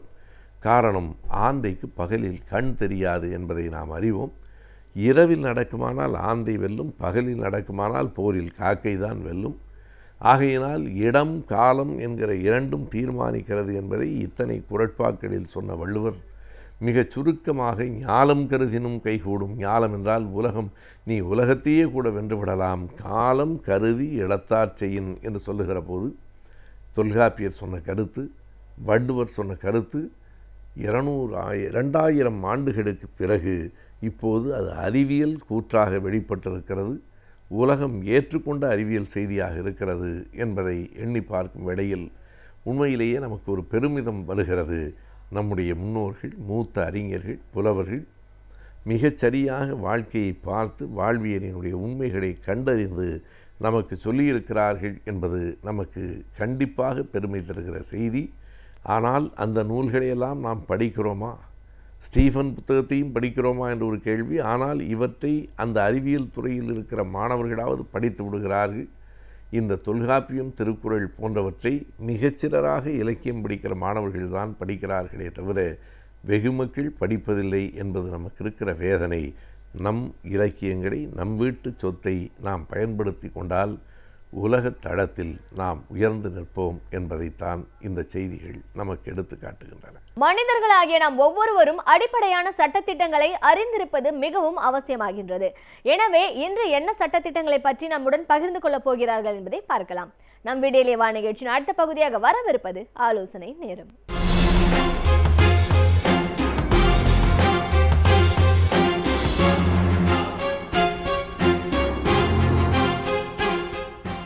ஒரு இன்ட்ரெஸ்டிங்கான ஒரு சப்ஜெக்ட். இன்றைக்கு பத்திரிகையில் வந்த ஒரு செய்தியை குறித்து நம்ம பேச போகிறோம். மோனோகேமியை பற்றி நீங்கள் கேள்விப்பட்டிருப்பீங்க. மோனோகேமின்னா ஒருவனுக்கு ஒருத்தி அப்படின்னு வாழ்கிறது அப்படின்னு அர்த்தம். அதைத்தான் நம்முடைய சட்டங்கள் எல்லாமே பெரும்பாலும் சொல்லுகிறது, எக்ஸப்ட் இஸ்லாமிய சட்டம். அதில் ஒருவர் 4 மனைவிகளை கூட அடுத்தடுத்து அவர் திருமணம் செய்து கொள்ள முடியும், ஒரே சமயத்தில் 4 பேரையும் மெயின்டைன் பண்ணலாம் அப்படின்னு சொல்லுது. ஆனால் ஹிந்து திருமண சட்டம் என்ன சொல்லுதுன்னா, அல்லது கிறிஸ்துவ திருமண சட்டம் என்ன சொல்லுதுன்னா, எல்லாருக்கும் ஒருத்தருக்கு ஒரு ஒய்ஃபு. அதைத்தான் நம்ம மோனோகேமின்னு சொல்லுவோம். அதனால் நம்முடைய இந்திய தண்டனை சட்டம் என்ன சொல்லுதுன்னு, ஒரு கணவன் உயிரோடு இருக்கும்போது மனைவியோ, ஒரு மனைவி உயிரோடு இருக்கும்போது ஒரு கணவனோ திருமணம் செய்து கொண்டால் அது சட்டப்படி குற்றம். ஸோ அதை பைகமி அல்லது பிகமி அப்படின்னு சொல்லுவாங்க. அப்படின்னா இருதார மனத்தை நம்முடைய தண்டனை சட்டம் ஏற்றுக்கொள்ளவில்லை, எனவே அது குற்றமாக அறிவிக்கிறது அப்படின்னு நம்ம பேசிக்காக பார்ப்போம். ஆனால் நமக்கெல்லாம் முந்தைய காலத்தில் நம்முடைய மக்கள் எல்லாம் உருவாகி வந்த அந்த காலத்துல எல்லாம் பாலிகாமி அப்படின்னு ஒன்று இருந்தது. அதாவது ஒருத்தர் எத்தனை பெண்களை வேணாலும் கல்யாணம் பண்ணிக்கலாம், ஒருத்தர் எத்தனை ஆண்களோடு வேண்டுமானாலும் அவர்களை வரித்து வாழலாம் அப்படிங்கிற மாதிரி ஒரு நிகழ்வுகள் நடந்ததையெல்லாம் பார்த்தோம். ஆனால் இன்றைக்கு அந்த பழமை முறை திரும்ப வந்துட்டதோ அப்படிங்கிற மாதிரி ஒரு நியூஸ் வந்திருக்கு. இன்றைக்கி ஒருத்தரை கோயம்புத்தூரில் அரெஸ்ட் பண்ணியிருக்காங்க. எதுக்காக அரெஸ்ட் பண்ணியிருக்காங்க அப்படின்னு பார்த்தீங்கன்னா, அவர் ஏறத்தாழ 7 பெண்களை திருமணம் செய்திருக்கிறார். அவருக்கு என்ன வயசு? 57 வயசுள்ள ஒருவர். அவர் விவாகரத்து ஆனவர். விவாகரத்து ஆனவரை திருமணம் செய்து கொள்வதற்காக ஏன் இப்படி பெண்கள் இருக்காங்க அப்படின்னு கூட ஒரு நிமிஷம் நீங்கள் நினச்சிருக்கலாம். ஆனால் இன்றைக்கு செய்தி என்னன்னு கேட்டிங்கன்னா, சென்னையில் இருக்கக்கூடிய பணியாற்றக்கூடிய கல்லூரியில் யாராவது படிக்காதவங்கன்னா பரவாயில்ல, ஏதோ தெரியாமல் போய் அந்த அம்மா கிணத்துல விழுந்துட்டாங்க அப்படின்னு நம்ம சொல்லுவோம். ஆனால் படித்த பெண்கள், அதுவும் சென்னை மாதிரி ஒரு காஸ்மோபாலிட்டன் சிட்டியில் இருக்கக்கூடியவங்க, ஒரு கல்லூரியில் லெக்சரராக இருக்கக்கூடிய ஒரு பெண்மணி அவங்கக்கிட்ட ஏமாந்துருக்காங்க. அவருடைய டெக்னிக் எப்படின்னு கேட்டிங்கன்னா, கல்யாணம் பண்ணுவார். இது கல்யாணம் பண்ணுறதுக்கு எப்படி இந்த மாதிரியான பெண்களை தேடுவது அப்படின்னு பார்த்தீங்கன்னா, கோவை மாவட்டத்தில் ஒரு மேட்ரிமோனியல் பியூரோவை நடத்திட்டு இருக்கக்கூடிய 2 பேர். அதில் அந்த 2 பேர் பெயர் தேவையில்லைன்னு நான் நினைக்கிறேன். அந்த 2 பேர் என்ன பண்ணுவாங்க, இந்த பாருங்கள், இந்த மாதிரி மறுமணம் செய்து கொள்வதற்காக இப்படி ஒரு வரன் எங்களுக்கு வந்திருக்கு, நல்ல வசதியான வரன். ஏன்னா மேட்ரிமோனியல் சைட்டுக்கு நம்ம போகிற போதே நம்ம என்ன வசதியாக இருக்கிறோம் என்ன அப்படிங்கிற எல்லாத்தையுமே சொல்கிறோம். நான் சம்பாதிக்கிறேன், எத்தனை சம்பாதிக்கிறேன், என்ன படிச்சிருக்கேன் அப்படின்னு சொல்லிக்கிற பொழுது ப்ராப்பர்ட்டி அப்படிங்கிற ஒரு காலம் கூட வருது. அந்த காலத்துலேயும் வந்து எல்லாத்தையும் நம்ம ஃபில்அப் பண்ணுறோம். அப்போது இது ஒரு நல்ல பார்ட்டிங்க அப்படின்னு அறிவிச்சிருவாங்க. உடனே இவர் படையெடுப்பார், இந்த மாதிரி நான் ஒரு டைவர்ஸிங்க. ஏன்னா அது ஏற்கனவே ஒரு டைவர்ஸ் வாங்கி வச்சுருக்கிறார் பாருங்க. அவருடைய டைவர்ஸ் வாங்கலை, அவருடைய மனைவி இறந்து விட்டார். எனவே இந்த பெண்ணை நான் கல்யாணம் பண்ணிக்கிறேன் அப்படின்னு சொன்ன உடனே மறுமணம் செய்து கொள்வதற்கு நிறைய பேர் தயாராக இல்லாத ஒரு சூழலில் இந்த கால சூழலை பயன்படுத்தி கொண்டு அவர் இந்த மாதிரி பண்ணுறார். இந்த அம்மா என்ன பண்ணியிருக்காங்க, இந்த காலேஜ் லெக்சரர் அம்மா கல்யாணம் பண்ணிட்டு வராங்க.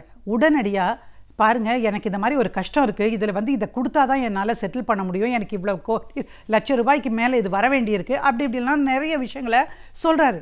17 கோடின்னு சொன்ன உடனே அந்தம்மா ஆஹா ஓஹோ அப்படின்ட்டு என்ன பண்ணிட்டாங்க, தன்னுடைய சொத்தை விற்று 1,50,50 லட்சத்தை அவர் கையில் கொடுத்துருக்குறாரு. அவ்வளோதான். வாங்கினவர் கொஞ்ச நாளில் காணாமலே போயிட்டார். அவரை கண்டுபிடிக்கவே முடியல. இவங்க ஏமாந்த கதையை சொல்ல முடியல.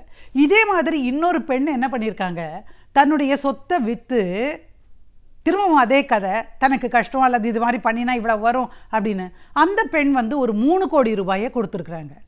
நமக்கு வந்து கோடிகளுக்கு எத்தனை சைபர்னு தெரியறதுக்கே ரொம்ப காலம் ஆகுது.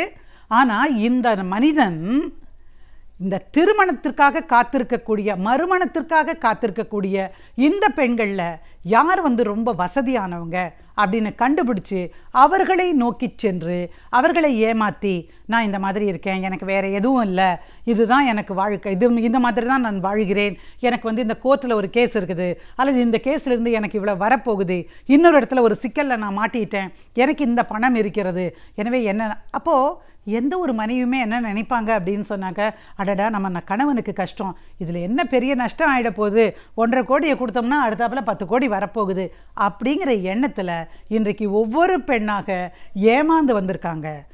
பேரெல்லாம் பார்த்தீங்கன்னா இந்திரா காந்தின்னு இருக்குது, குமுதவல்லின்னு இருக்குது, அல்லது சபிதான்னு இருக்குது. அப்படி வரிசையாக 7 பெண்களை இந்த ஆண் வந்து ஏமாற்றி இருக்கக்கூடிய சம்பவம் இன்றைக்கு நடந்திருக்கிறது.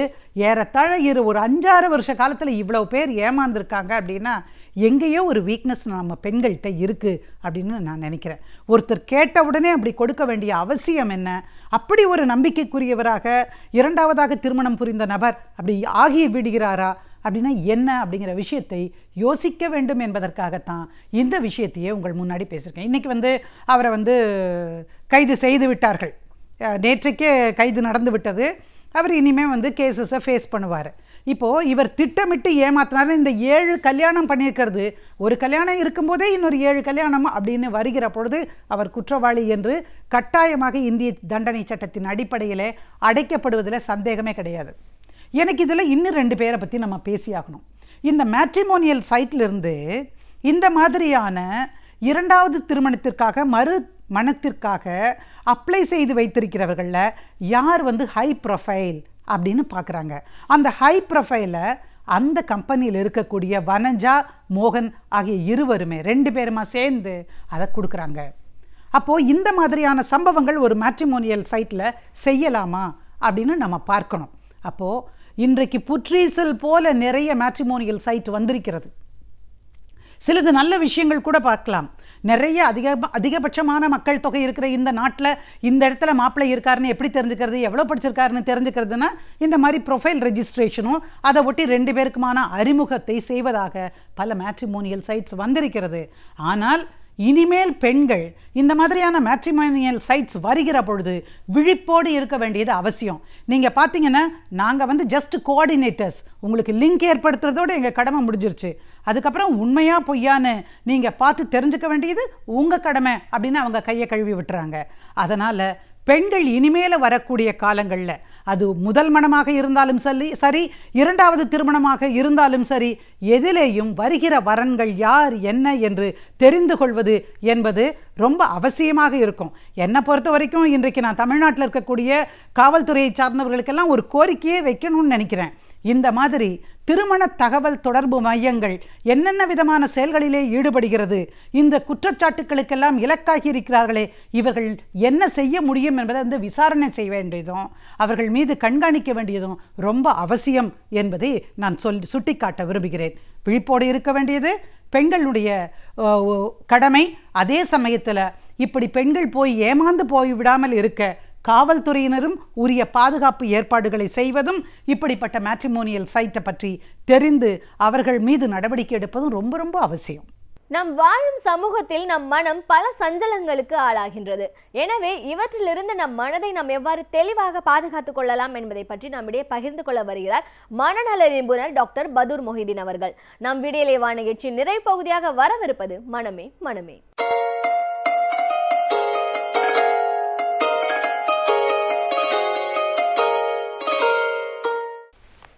வணக்கம் நேயர்களே. நம் குழந்தை இம்பார்ட்மெண்ட், அதாவது குழந்தைக்கு படிப்பில் ஆர்வத்தை உண்டாக்குவதை பற்றி நாம் பார்த்து கொண்டிருக்கின்றோம். கண் காதிவைகள் முக்கியம் என்று சொல்கின்றேன். அடுத்தபடியாக குழந்தைகளுடைய hyper activity, attention, hyper active குழந்தைகள், சுட்டித்தனம் பண்ணுகிற குழந்தைகள், அதிகமாக சுட்டித்தனம் பண்ணும் இந்த குழந்தைகள், அந்த குழந்தைகளையும் நாம் கவனிக்க வேண்டும். பொதுவாக 5 வயது 6 வயது அதில் தான் தெரியும் இவைகள் எல்லாம். நாம் ஆரம்பத்தில் நாம் அதை தெரிந்து கொள்ளும் என்றால் இவைகளுக்கு அதுதான் வயது. அந்த வயதில் நாம் குழந்தை அதிகமாக சேட்டை பண்ணுறான், ரொம்ப சுட்டித்தனம் பண்ணுறான், படிக்க மாட்டேங்கிறான், ஹோம்ஒர்க் எழுதுவதில்லை, ஹோம்ஒர்க் பண்ணுவதில்லை, எந்த ஹோம்ஒர்க்கும் அப்படி பத்திரமாக இருக்கும், நீட்டாக இருக்கும், நோட்டெல்லாம் எழுதுவதில்லை, தாய் தான் எழுத வேண்டியதாக இருக்குது, அதிகமாக சுத்தம் பண்ணினால் தாய்க்கு தெரிந்துவிடும். நாம் உடனே மருத்துவரிடம் நாம் எடுத்து சொன்னோம் என்றால் அந்த சுட்டித்தனத்தை குறைத்து விட்டோம் என்றால் அந்த குழந்தைகள் படிக்கிறதுக்கு வாய்ப்புகள் அதிகமாக உண்டு. இல்லை என்றால் அந்த குழந்தைகளுக்கு டிஸ்ட்ராக்ஷன் ஆகிவிடும். நாம் என்ன செய்கின்றோம், குழந்தை பெரிதாக ஆன பிறகு 6 வயதில் ஆரம்பித்து வருகிறது. யார் 6 வயதில் குழந்தை கூட்டு வருகின்றார்கள் குழந்தை சுட்டித்தனம் பண்ணுகிறது என்று? நான் பார்த்தவரை என்னுடைய 37 வருடங்கள் நான் இந்த துறையில் இருக்கின்றேன். 37 வருடங்களாக நான் பார்த்து கொண்டிருக்கின்றேன். 6 வயதிலாம் இப்பொழுது தான் கொஞ்சம் கொஞ்சம் வந்துட்டு இருக்கிறார்கள். ஆனால் 10 வயது 12 வயது தான் குழந்தை கூட்டு வருகின்றார்கள், ஹைப்பர் ஆக்டிவிட்டி குழந்தைகள் எல்லாம். நாம் காலம் கடக்கும் பொழுது நாம் அதை செய்வதற்கு முழுமையாக நாம் வெற்றி பெற முடியாது. ஆக ஆரம்பத்தில் நாம் இதுகளை பெற்றோர்கள் இதை செய்தோம் என்றால் அந்த குழந்தை இம்பார்ட்மெண்ட், அதை ஆர்வத்தை நாம் உண்டாக்கலாம். குழந்தைகள் விளையாட்டை உண்டாக்கலாம். நாம் குழந்தை விளையாட்டுன்னு சொல்லிட்டு போயிடுறோம். விளையாட்டு மூலமாக குழந்தைகள் கட்டுப்பாடு கொண்டு வர வேண்டும். குழந்தைகளை கட்டுப்பாட்டு கொண்டு வந்தோம் என்றால் நேரம், டைம் மேனேஜ்மெண்ட், இவைகளெல்லாம் குழந்தைகளுக்கு ஆரம்பத்திலே கற்றுக் கொடுத்தோம் என்றால் அந்த குழந்தைகள் படிக்கிற நேரத்தில் படிக்க ஆரம்பிச்சிடும், விளையாடுற நேரத்தில் விளையாட ஆரம்பிச்சிடும். நீங்கள் சொல்லவே வேண்டியதில்லை, குழந்தைய கரெக்டாக டைம் லைஃப் வந்து படிக்க ஆரம்பிச்சிடுவாங்க. அந்த குழந்தைகள் நாம் கட்டுப்பாடு என்ன விதிக்கிட்டோனோ, ஏதோ விளையாடுது, ஏதோ போகுது, சாப்பிடுது, ஸ்கூலுக்கு போகுது, அவ்வளோதான். வீட்டில் இருக்கும்போது விளையாடும் போது நாம் குழந்தைகளுக்கு விளையாட்டை சொல்லிக் கொடுக்கின்றோமா? விளையாட்டுனா விளையாட்டு நினச்சிட்டு இருக்கோம். விளையாட்டும் ஒரு குழந்தைகளை ஆக்கப்படுத்துகின்ற, குழந்தைகளை உருவாக்குகின்ற, ஒரு ஷேப்பிங் கொடுக்கின்ற ஒரு தொழில் அது. விளையாட்டு என்பது சாதாரண விளையாட்டு என்பது விளையாட்டுத்தனமாக எடுத்துக்கொள்ள முடியாது. விளையாட்டு என்பது விளையாட்டும் ஒரு மனிதனை முழுமையாக உருவாக்குவதற்கு அது ஒரு பொருள், அது ஒரு ஆப்ஜெக்ட். அது விளையாட்டு என்பது. நாம் குழந்தைங்களுக்கு நாம் விளையாட்டு சொல்லிக் கொடுக்க வேண்டும். விளையாட்டுகளிலே டைரக்ட் இன்டைரக்ட் இருக்கின்றது. அவன் இஷ்டத்தை பற்றி கொஞ்சம் விளையாட சொல்லலாம். 45 மினிட்ஸ் ஒன் டைம் விளையாடணும், அதுக்கு மேலே விளையாடக்கூடாது. ஸ்டாப் பண்ணிடணும், டைம் ஆனால் ஸ்டாப் பண்ணிடணும். நோ ஓவர், அவ்வளோதான். இல்லைம்மா நான் கொஞ்சம் விளையாடுறேன், முடியாது, ஸ்டாப். அந்த நேரத்தை குழந்தைகளுக்கு ஆரம்பத்திலே டைம் மேனேஜ்மெண்ட்டை கொண்டு வர வேண்டும். அதுபோல் குழந்தைகளுக்கு குழந்தைகள் வேகமாக இருக்கின்றதா, வீரியமாக இருக்கின்றதா, குழந்தைகளுக்கு என்ன செய்யலாம், அந்த ஜிம்னாஸ்டிக் அதுபோல் சில விளையாட்டுகளை சொல்லிக் கொடுக்கலாம் குழந்தைகளுக்கு. குழந்தைகள் தன்னுடைய கோபத்தையும் தன்னுடைய வெறியையும் அதில் காட்டுவான், போயிட்டு குத்திட்டு இருப்பான். அந்த விளையாட்டு மூலமாக அந்த குழந்தைகளை நாம் சரி பண்ணி கொண்டு வந்துடலாம். நாம் அதை செய்யவில்லை என்றால் அந்த குழந்தைக்கு வெறி அதிகமாகிவிடும், கோபம் அதிகமாகிவிடும். அந்த குழந்தை மறுபடியும் என்ன செய்யும், பேரண்ட்ஸ் மேலே தான் இருக்கும். பேரண்ட்ஸ் அடிக்க ஆரம்பிப்பான், அம்மாவை அடிக்க ஆரம்பிப்பான், பாட்டி அடிக்க ஆரம்பிப்பான், யாரையாவது அடிக்க, இல்லைன்னா வீட்டில் உள்ள பிராணிகளை, பூனை, நாய்களை அடிக்க ஆரம்பிப்பான். அதை போய் இன்னொரு சேட்டை பண்ணிகிட்டு இருப்பான், அது துன்பம் கொடுத்துட்டு இருப்பான். அந்த குழந்தைகள் அதனுடைய வெறியை தீர்ப்பதற்கு குழந்தைகளுக்கு தெரியாது, அது வெளியே வர வேண்டும். ஸோ இந்த மாதிரி குழந்தைகளை நம்ம என்ன செய்யலாம், அந்த விளையாட்டுகள் மூலமாக என்ன செய்யலாம், அதை போட்டு அடினாலும் குத்திக்கிட்டே இருப்பான், வெறி எல்லாத்தையும் அதில் வெளியே வந்துவிடும். அவனுடைய அந்த உள்ளே இருக்கிற இமோஷன்ஸ் எல்லாம் வெளியே வந்துவிடும், நியூட்ரல் ஆகிவிடுவான் குழந்தை. அதன் மூலமாக அவன் தனித்து விடலாம். பாருங்கள், விளையாட்டு மூலமாக குழந்தை நல்ல வழிப்படுத்துறது இருக்கும். குழந்தைக்கு டைம் மேனேஜ்மெண்ட் கொடுக்கின்றோம் விளையாட்டு மூலமாக. அதே நேரத்தில் குழந்தையை திருத்துகின்றோம், நல்வழிப்படுத்துகின்றோம். கெட்டதை விட்டு குழந்தையை நாம் நல்பக்கம் கொண்டு வந்து வருகிறோம் இதன் மூலமாக. விளையாட்டுகள் என்பது மிக முக்கியமான ஒன்று.